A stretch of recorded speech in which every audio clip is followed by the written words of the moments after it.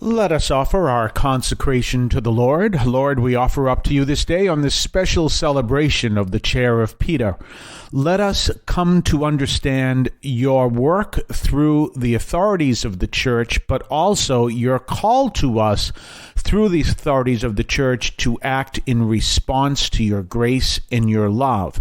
Let us remember that we are all called to be servants of yours in our respective place in the world, and we are called to obey you through those you given to serve us in serving you. And we ask this through Christ our Lord.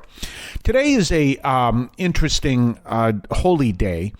It's not a holy day of obligation, but it's an important day. It is called the Chair of Peter. And it celebrates, it's a feast, which means we say the Gloria today, we don't say the Creed, and it celebrates the authority of the of the Bishop of Rome, who is the Pope. Now, we want to give a little bit of history there in case you aren't aware of this. In the church, if you imagine the church like, we'll say, the United States. We'll take a country randomly. How about, the United States? Just joking, but it probably is the best model for what I'm going to give to you. Not because it's in the United States and I'm in the United States, it's just because the way it's set up. If you look at that model, you have all these separate states, and the states have a unity in being of the same country, and there's certain laws that we follow and certain cultures that we follow and everything else. But each governor in each state has authority, and each governing body has authority in that state that applies only to that state and not to the state next door. So there are certain universal truths in our country that apply here, and there are certain regional truths in our country that apply here. For maybe a good example, because this is a big war in the Boston area every winter. Okay, if I was living in Albuquerque, New Mexico, which, by the way, I have visited, it's a wonderful place, but if I was living in Albuquerque, New Mexico, and I wanted to save a parking space, and I put a chair out in that parking space, and if you're not from the Boston area, you probably have no idea where I'm going here, but the Bostonians obviously would, and I put a chair in that parking space to mark it, someone might turn around and say, who do you think you are to mark your little parking space? Anyone can park here and maybe move the chair. In Boston during the winter, it becomes almost a war. And what it is when we have a really bad snow, the same thing happens in other cities around in the north. When you have a really bad snowstorm, you can work hours digging out your car that was parked on the side of the street after the snowplow came in, and the snowplow put more snow on your car besides what already fell on your car. And it can be a horrible experience. And so what people do is they will put out a chair that says, you can't park there.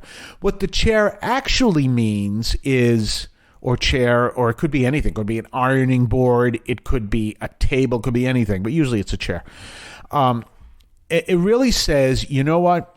This is my parking space. Granted, this is public parking, and granted, I don't own this parking space, but I spent 3 hours digging my car out from this parking space. And if you think you can just park there and take away the 3 hours of work that I spent, you have another thought coming. So that's why. So you look at Albuquerque and someone puts a chair out, people are going to go, who do you think you are? In Boston, they'll go, do not park in that parking space. Someone spent 3 hours digging his car out, and if you park in that parking space, he's going to get extremely angry, or she is going to get extremely angry. We won't go what happens next. If you look up at the Boston subreddit on Reddit, you can see what happens next. I'm not endorsing that, but it's two different understandings of parking spaces that have their regional interpretation. So in Boston, you can put a chair to mark your parking space for 48 hours. It used to be you could put it there until spring, but now it's for 48 hours. And really, it basically means look, this is important. This is a place where someone spent 3 hours digging their car out. Respect it. And that's literally what it means. So there are regional rules that apply. Well, the same thing can happen in dioceses. So what applies in one diocese may not apply in the other, and it has to do for a lot of reasons. Some traditions in the home diocese, some issues they're dealing with in one diocese, some issues they're dealing with one diocese in a particular diocese, and also the vision of the bishop of the diocese. For example, one of the big issues that can come out and how it is applied in each diocese may differ. And it really has to do with, again, the regional aspect of it in light of, church teaching. For example, people will come to me and they want to have a child baptized. Fine. And I always remind them their child has to be a confirmed practicing Catholic. Okay. The child's godparent has to be a confirmed practicing Catholic. That's a church rule. I can't change that. It is required. That's a church rule. So regardless of what diocese I'm in, I can't change that. Now, in some dioceses, you have the duty to prevent people from receiving communion who you feel they shouldn't receive. In other dioceses, you are to give people communion if they present themselves to receive communion, leaving it on the person whether or not they have decided to receive communion. So, for example, in certain dioceses, if someone is a pro-abortion politician, the bishop will say, do not give that person communion. In other dioceses, if a person is a pro-abortion politician, and they present themselves from communion, you would give them communion and maybe even instruct people ahead of time to understand when to receive and when not to receive. That's how it plays itself out in different dioceses. Some dioceses it is applied one way, and other dioceses it's applied another. So that's part of this. So the chair of Peter is understanding that of all these bishops and all these dioceses throughout the world, and this celebration goes back to the 3rd century when there were a lot bigger and less dioceses. The ultimate authority would be the Bishop of Rome. There were all these bishops, they're called patriarchs, but the Bishop of Rome would have the ultimate authority. So that was the chair of Peter. The Bishop of Rome, originally the first bishop, the first pope, was in fact Peter. So that's where that comes from. So that's what this celebration is all about. We're going to talk more about this on the other side of the break. You're listening to St. Anthony Overnight from St. Anthony Parish in Allston, Massachusetts, right here on WEZE 590 AM, and you can also hear us at CatholicAudiomedia.com. We'll be right back right after this. I want to call your attention to Catholic TV, which offers great faith-filled, family-friendly programming 24 hours a day. You can find your cable channel at www.getcatholictv.com, and you can watch online on the free apps or check out the YouTube channel. Daily Mass, Rosaries, the Divine Mercy Chaplet, and the Our Lady of Perpetual Help Novena are all available online and on demand. Check out CatholicTV.com. Do you know that you can put together an adoration chapel of your own in your own house? With concerns surrounding the coronavirus and social distancing, many miss the opportunity to pray before the Blessed Sacrament. However, with a little ingenuity, it is quite easy, and you are not doing anything irreverent or illicit. Simply search Eucharistic Adoration Live on YouTube, and several live channels in different parts of the world will pop up. Now you can engage in Eucharistic adoration in your own home if it is not available in your local parish church. Eucharistic Adoration Live on YouTube. St. Anthony Parish, Allston, Massachusetts.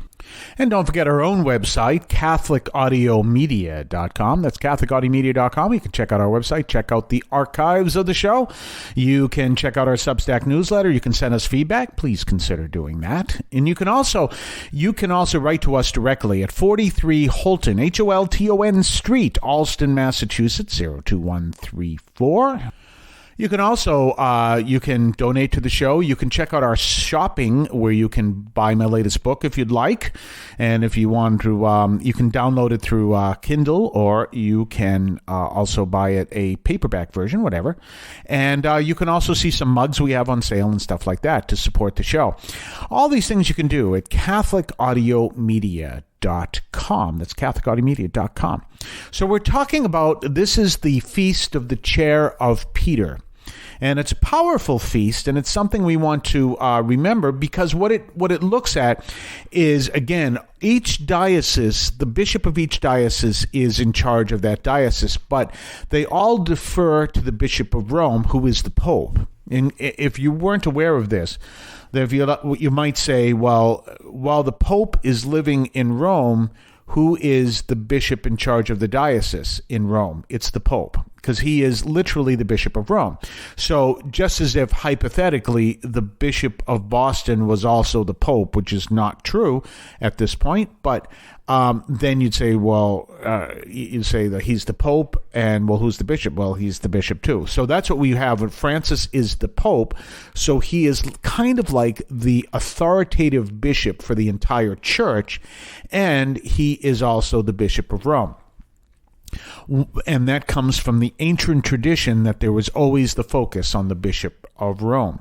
Now, interestingly enough, Pope Francis is very much into a form of collegiality, and very much into really getting less a centralized authority and more the church coming alive throughout the world. So he actually sent out a motu proprio, I guess it's called, where he's encouraging each diocese to deal with things on a regional matter that are best applied in that way, instead of the Bishop of Rome coming out and saying something. And you might have had that dealing in a different way. Do you ever call a tech service line and get someone from another country? Maybe India or the Philippines or Japan or China or wherever. And they're from another country. So they understand everything there is to know about your computer, but they don't understand everything there is to know about your culture. And so sometimes that presents a problem.